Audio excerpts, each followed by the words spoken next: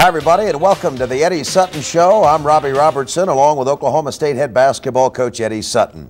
The Cowboys did not win the Big 8 Conference postseason tournament, but their season will continue in the NCAA tournament.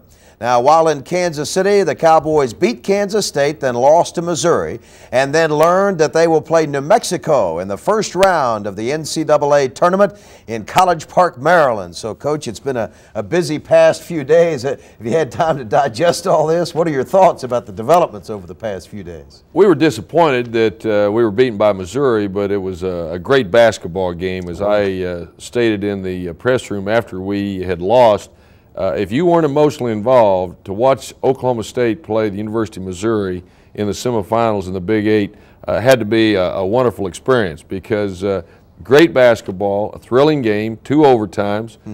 We have a chance to win it at the end of the second overtime. Got a good shot. Byron missed it. Cornell Hatcher went for the rebound, got nudged a little bit, and got knocked out of position. Doug Smith retrieved the ball. Cornell reaches back in, and they call a foul. Heck of a way to lose a basketball game, and a heck of a way for an afternoon to end like that. And I think there were a lot of people that were disappointed after a terrific basketball game for it to end in that manner. We beat Kansas State in the first round, and it was not an easy contest. And we talked about our game with K-State and Missouri. Great basketball throughout the tournament, and of course Missouri ended up beating the University of Nebraska Sunday afternoon in the championship game, and I guess that's a good way for Doug Smith to go out. He was named the MVP of the tourney. Missouri's not going anywhere. They've already packed their uniforms away for the season because they're not eligible for the NCAA. 3 of our ball clubs are going to the NCAA. The Big 8 had been rated the toughest league in the country. We don't have the numbers that some of the other leagues have, but we did have 3 teams that all were seeded number 3. Kansas will be going to the Southeast, and we'll be going to Louisville. Nebraska is going to the Midwest, and we're going to the East to play the University of New Mexico. So we're thrilled to be there. The last time Oklahoma State participated was 1983. They were beaten by Princeton in Corvallis. Before that, it was 1965. So we haven't been going to the big dance, as they call it, too often, but we hope that this will be a scene that we'll have every year. I told our squad after we got back from Kansas City that now all the records are thrown out the window. Everybody is 0-0. A lot of teams going to the NIT. If you win the NIT, you're the 65th best team in college basketball. The 64 teams that are going to be participating this next week, they're going for what it's all about. Every team that is participating, they've had great seasons regardless of what happens, but when you get to this point, you get greedy. You say, hey, we've had a great year, but we want more. So you kind of like to put together about a 6-game winning streak right now, wouldn't you? 6 games will put you in the throne room. Of course, the University of Nevada, Vegas is by far and away the best team in the field. Beyond that, I really believe that if a team could get on a roll, that they can end up in Indianapolis, the side of the Final Four. It takes 4 wins to get you there. And the way it is in college basketball today, they ought to give everybody that gets to the Final Four a national championship trophy, because there's such parity in the game. Absolutely. Well, there's lots of basketball in Kansas City this past weekend. We'll take a look at the highlights from the Kansas State game. You stay with us as the Eddie Sutton Show continues right after this. This past Friday, Oklahoma State played Kansas State in the first round of the Big 8 Conference postseason tournament. Even though K-State was the number 8 seed, Coach, you said it was going to be a tough game, and it was. You outscored the Wildcats 14-2 in the final 3.5 minutes and won it by 11. Good turnaround shot by Johnny Pittman. Kansas State has to be the best seller team I've ever seen. I mean, they're a terrific basketball team, and Dana Altman and his staff did a good job this year, and they played us right to the end. The final margin of 11 points, believe me, the game was much closer than that. There might have been a little contact on that play, but it didn't make any difference. We got to put back. Cornell Hatcher scores. That's about as calm as I was in either one of the games. You spent a lot of time on your feet this past weekend. Hatcher again from the corner. Good bench enthusiasm.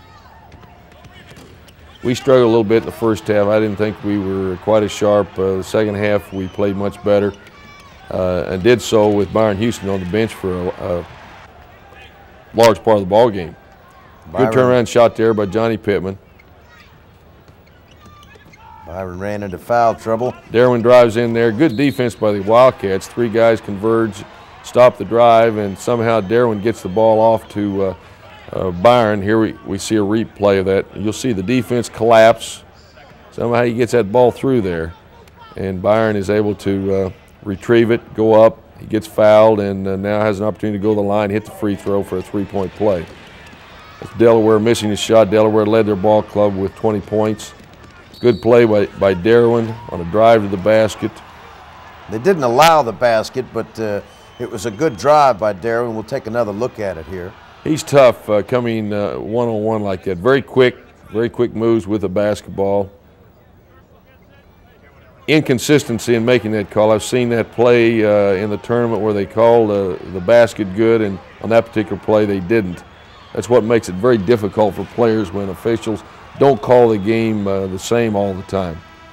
Just before halftime, John Potter hit a shot to put us up 29-24 at intermission. We shot 54% from the field for the game. They shot 33%, and that was the big difference in the contest. Great follow by Byron Houston on a missed shot. We'll see this play again. Darwin misses about a 15-footer, and here comes Byron crashing to the glass, and he flushes it home. Get out of my way. Down low to Pittman, who kicks it back out here to Potter, who really lit it up in the second half, Coach. John Potter, when Byron was on the bench in foul trouble, came in and responded as a senior should. Led our ball club in scoring with 20 points. Byron had 20 also. There's John Potter driving down the baseline, and it's a running 15-footer. Byron kicking off to John Potter. Believe me, I'm not that calm inside. Good quickness by Corey Williams here. He's a jet when he can get out in the open like that. Not too many players in college basketball can catch him.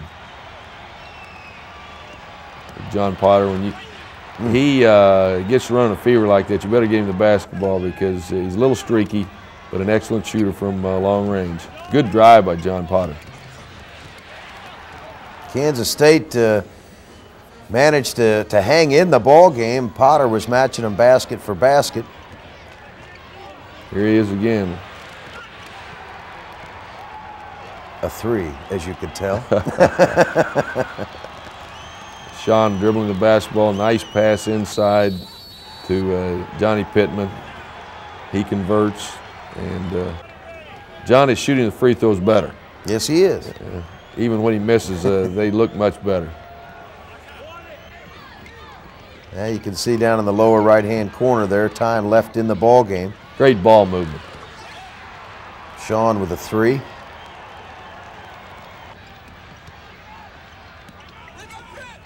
Now Oklahoma State pretty much has the game in control. Good fast break, nice pass. Oklahoma State outscored the Wildcats 14-2 down the stretch. Fell behind. We had a lot of, here's another look at that. Darwin makes the pass. Byron makes a great catch. Sean with a rebound, long pass. Here's John Potter with the last basket, nice reverse layup. Final score 77-66. Great crowd enthusiasm on the part of our fans.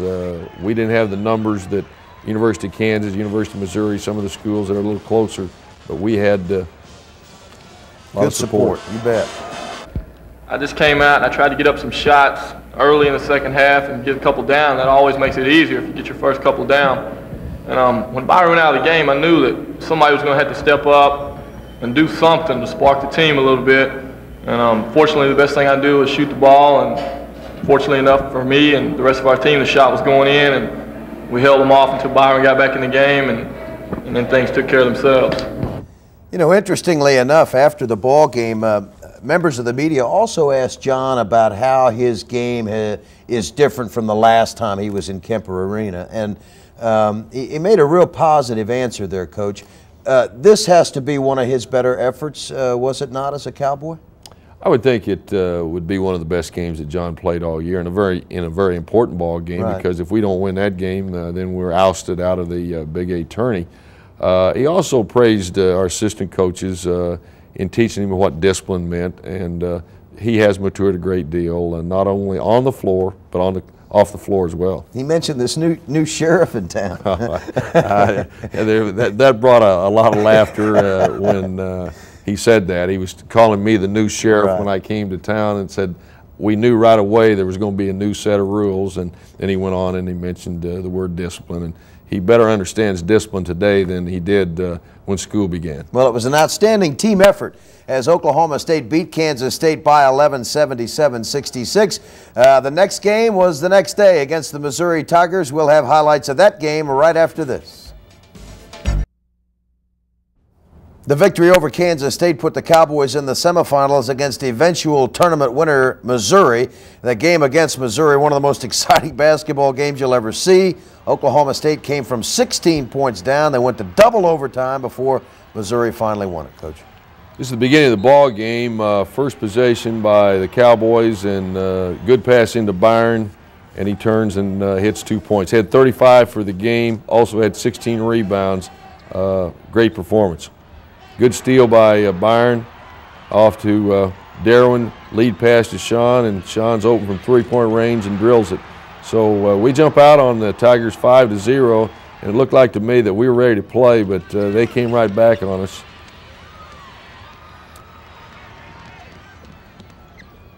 Cornell Good fast break. Yeah. This is a little later in the first half. Sean off to Cornell, off to Byron. Good transition basketball. Missouri in man-to-man. Johnny Pittman did not play in this game quite as well as we had seen him play in previous games leading up to playing Missouri, but Doug Smith may have had something to do with that. Corey Williams had a big ball game for Oklahoma State. He had an outstanding game, had 24 points and scored that on just 11 field goal attempts, 7 out of 11. We're nearing the end of the first half now. We got down in the first half, but fought our way back and only trailed at intermission 43-39. You can see the clock down in the right-hand corner of the screen. There's Corey hitting a three-pointer. And basketball is a game of momentum. When you have it in your favor, you want to extend it as long as you can. When it's going against you, then you want to try to stop it, and there are ways of doing that. Great drive by Corey. He displayed his quickness and his ability just to drive to the hoop. He's a great driver, a slashing type player. I'm not sure that he meant to play that off the glass. Yeah, well, if you're playing horse, you have to call that. There's right, that's right, you do. Shot of Roy Williams, the outstanding coach at the University of Kansas, up in the stands, taking a look at this game. And of course, they played Nebraska after this contest, and they were beaten by the Cornhuskers. Now we're in the second half here. Cowboys got 16 points down, but put together one of those spurts, and big slam by Johnny Pittman, and able to get back in the ball game. We're going to take another look at this. Potter rebounds off to Sean. Sean penetrates, draws the defense in. Doug Smith takes Sean, and Sean dishes it off, and Pittman delivers. Corey gets hit on the head there. Peeler tried to block the shot and hit him on the head. Look at that look coming back. Yeah, Corey not too pleased with that non-call. Good defense. Defense wasn't as good as it had been against Kansas State, but it was the factor that got us back in contention where we had a chance to win the game. Forced Missouri into 19 turnovers, and we only had 11 in a 50-minute game, which is outstanding. Cowboys still part of their drive here down the stretch. Ooh, a lot of times people look at Byron, all they see is an inside player, but we've seen from time to time his ability to shoot the ball out on the floor, and that time you got a glimpse of him driving to the basket, and another good drive by Corey Williams. At this point, we're almost to catch up with Missouri. And this is the bucket that ties it up at 78 as we're ending the end of regulation time. Missouri will get the last shot here, and they go to their number one man, Doug Smith. He'll miss the turnaround jump shot, and you'll see the clock runs out, and a very happy group of Cowboys as we come to the bench. And I think at that point, when you have rallied, you really believe you're going to win the game. There's Sean hitting a three-pointer, and we are out ahead in the first overtime. Now here's a bonehead play by our basketball team. It didn't cost us, but it did not allow us to get the shot at the end of the first overtime. An over and back call. John just made a mistake and threw the ball to Sean as he was stepping across the line. And they had a couple of attempts there to win the ball game, but couldn't convert.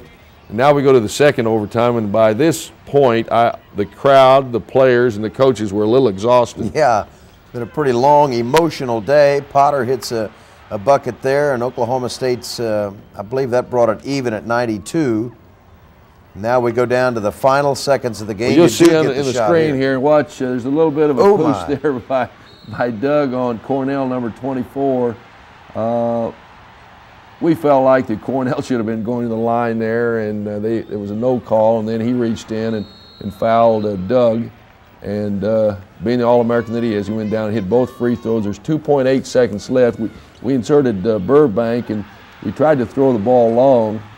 And you can see the clock hasn't run out, but Doug Smith is dribbling the ball, double dribbling off the floor, and actually had the officials been really on top of that, there would have been about a second left, and we would have gotten the ball in the front court and maybe had another opportunity to shoot the basketball. But officiating is something we could talk about, and some of the coaches did up there the other day. They weren't really pleased with it. I had to bite my tongue a couple of times. Well, it was a long haul back for Oklahoma State. They did bring it even with Missouri, only to lose in double overtime. But just a couple of hours later, or the next day actually, Oklahoma State learned of their fate as far as the NCAA tournament is concerned. We'll take a look at the bracket and talk about the Cowboys' next opponent coming up. You stay with us. The Eddie Sutton Show continues right after this.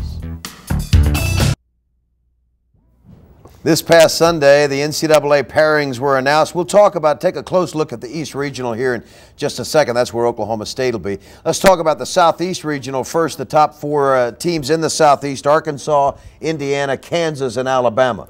You like that? I like those four top seeds. I like Indiana, even though I coached at Arkansas, and I think they're the most talented. I'll go with the Hoosiers. All right. In the Midwest Regional, Ohio State, the #1 seed, followed by Duke, Nebraska of the Big 8 Conference, and then St. John's. What about Ohio State being the #1 seed there? Well, I like the Buckeyes, but I like Duke even more. I can understand that. And in the West Regional, the toughest, because that's where UNLV is. They're the #1 seed, then Arizona, Seton Hall, and Utah. I like the Running Rebels. They're in a class by themselves. That doesn't mean someone can't beat them, but they wouldn't beat them in a series, and that's how I judge teams. All right. Now, let's take a close look at the NCAA East Regional. Oklahoma State is the #3 seed. These are Thursday and Saturday games at College Park, Maryland. North Carolina State will take on Southern Mississippi. Then Oklahoma State gets the #14 seed, New Mexico. Then Purdue and Temple. Syracuse is the #2 seed in that regional. They will play Richmond. Then on the other side of the bracket, these are Friday, Sunday games in Syracuse. North Carolina, the #1 seed. They play Northeastern. Princeton and Villanova, that should be an interesting ball game. Mississippi State and Eastern Michigan. UCLA is the #4 seed. They take on Penn State. So how would you evaluate the East Regional, Coach? Excluding the Cowboys, I'll go with the Tar Heels. I think North Carolina is one of the class teams we have in college basketball. But with the parity that we have in the game today, hey, believe me, don't be surprised who ends up in Indianapolis 2 weeks from now. What about after the Missouri game? I guess I should ask you, are you surprised that you're the #3 seed? No, I don't think so. The Big 8 Conference has been said to be the toughest league in the country, and I said we didn't get as many numbers as, say, the Big East. They had 7, but they gave all 3 of the teams in our league, Nebraska, Kansas, and ourselves, a 3rd seeding, and I think that's being realistic, and I think we're deserving of that. Do you know very much about New Mexico? Fans around here are aware. Former OU head coach Dave Bliss I know Dave Bliss and their philosophy. I know they're thrilled to be in the tournament because they felt like they haven't been given a fair shot the last few years. They got a big center in Longley. We have great respect for the Lobos and a worthy opponent, and our preparation will be in getting ready for New Mexico. Game time, Thursday is at 12:20 Eastern time, which means it's a morning game here in Oklahoma. Okay, and if the Cowboys can knock off New Mexico, they get the winner of the NC State Southern Mississippi game. So a lot of basketball left for Oklahoma State. We're out of time. We want you to join us for the Eddie Sutton Show next week. Check your local listings for the time. We appreciate your time this time. Good luck, Coach. For Eddie Sutton and Oklahoma State University, I'm Robbie Robertson. Goodbye, everybody.